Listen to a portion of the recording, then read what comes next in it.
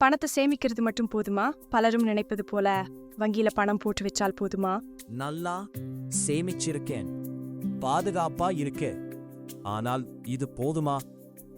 ஆனந்த் யோசிக்கிறதாக தெரிகிறது.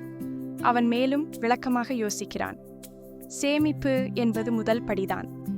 ஆனால் பணத்தை பெருக்குவதுதான் புத்திசாலித்தனம் என்று பிரியா ஆனந்திடம் சொல்கிறாள். பணத்தை சேமிப்பது முக்கியம்தான் ஆனந்த். ஆனால் அதையும் தாண்டி அதை முதலீடு செய்யணும். பிரியா அவனுக்கு சில யோசனைகளை வழங்குகிறாள். முதலீடா? எப்படி பிரியா? எனக்கு அதை பற்றி அவ்வளவாக தெரியாதே. பிரியா அவனுக்கு முதலீட்டினுடைய முக்கியத்துவத்தை மேலும் விளக்குகிறாள்.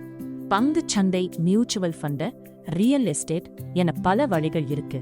ஒவ்வொரு முதலீடும் உன்னுடைய பணத்தை வளர்க்கும் சக்தி கொண்டது. ஆம், வெறும் சேமிப்பு மட்டும் போதாது.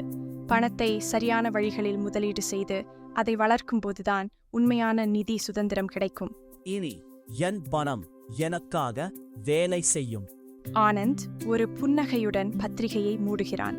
நீங்களும் உங்களுடைய சேமிப்பை முதலீடாக மாற்றி வளர செய்ய தயாராகுங்கள்.